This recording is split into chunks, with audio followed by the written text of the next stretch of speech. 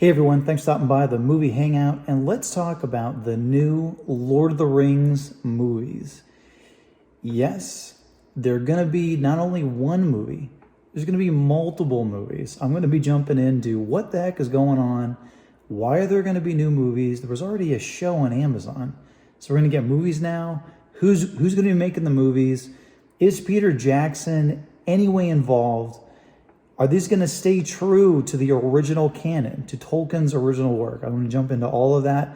Before I do, if you're going over, hit the subscribe button, click the notification bell, comment, and like this video. I want to hear your opinion on whether or not these new movies are going to be worth anything or they're going to be a dumpster fire like the Amazon series. Okay, so if you're like me, you grew up either reading The Lord of the Rings, or before I read anything that Tolkien wrote, I actually watched the cartoons that were, I think they're like TV movies. I had them on VHS when I was a kid, growing up in the 90s. Absolutely loved them. The Hobbit is amazing. I mean, all the films are absolutely fantastic. The animation is awesome. The voiceover work is great. The actor, there's an actor called Brother Theodore. He's like a German actor. He was actually the voice of Gollum in the cartoon. Phenomenal. The actor that plays Smaug, everything. So I grew up loving The Hobbit and Lord of the Rings. And then when Peter Jackson, premiered his creation, I was just blown away. I was like, wow, this fantasy world that people have read about or have seen as a cartoon, it's actually tangible. It's real. It's out there somewhere. There are real locations where this was filmed in New Zealand. These are real people playing the actors or playing the characters. It just really stirred my imagination and millions of people's imagination.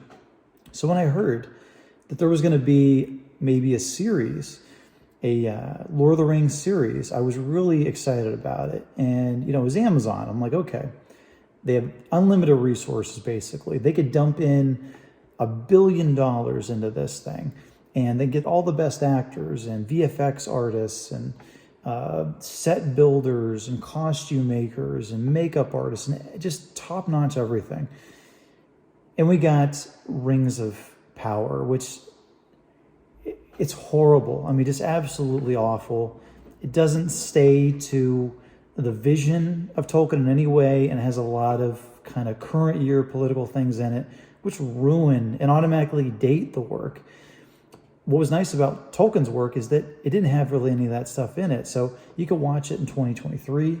You could watch it in when it first came out, in the early 2000s. We could watch it 20 years from now and it'll still be amazing. Or when we read the text, 20, 30, years in the past, 40 years in the future, it's still going to be amazing.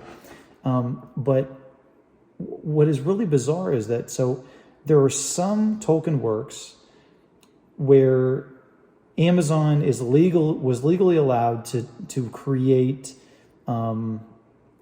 movies or a series out of.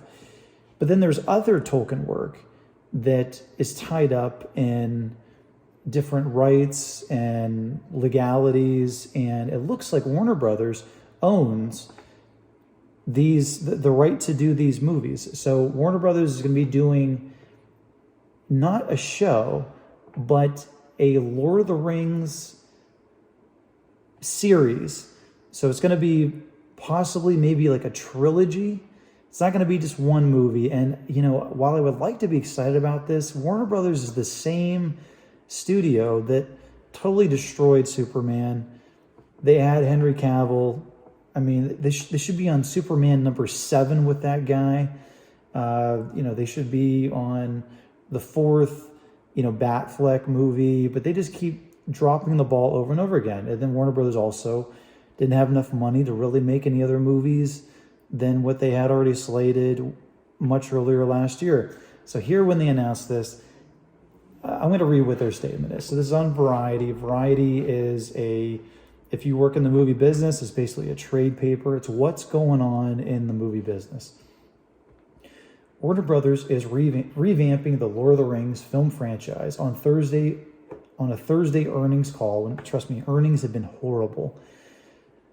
Warner Brothers Discovery CEO David Zaslav announced the newly installed studio leaders Mike DeLuca and Pam Abdi have brokered a deal to make multiple films based on the beloved J.R.R. Tolkien books. The projects will be developed through WB labeled New Line Cinema, the first Lord of the Rings trilogy helmed by Peter Jackson, grossed nearly $3 billion worldwide. Jackson's follow-up trilogy based on the Tolkien's The Hobbit matched those grosses. No filmmakers have been attached to the projects as of yet, but in a statement to Variety, Jackson and his main Lord of the Rings collaborators, Fran Walsh and Philippa Boyens, said Warner Brothers and Embracer have kept us in the loop every step of the way. We look forward to speaking with them further to hear their vision for the franchise moving forward, Jackson, Walsh, and Boyens said.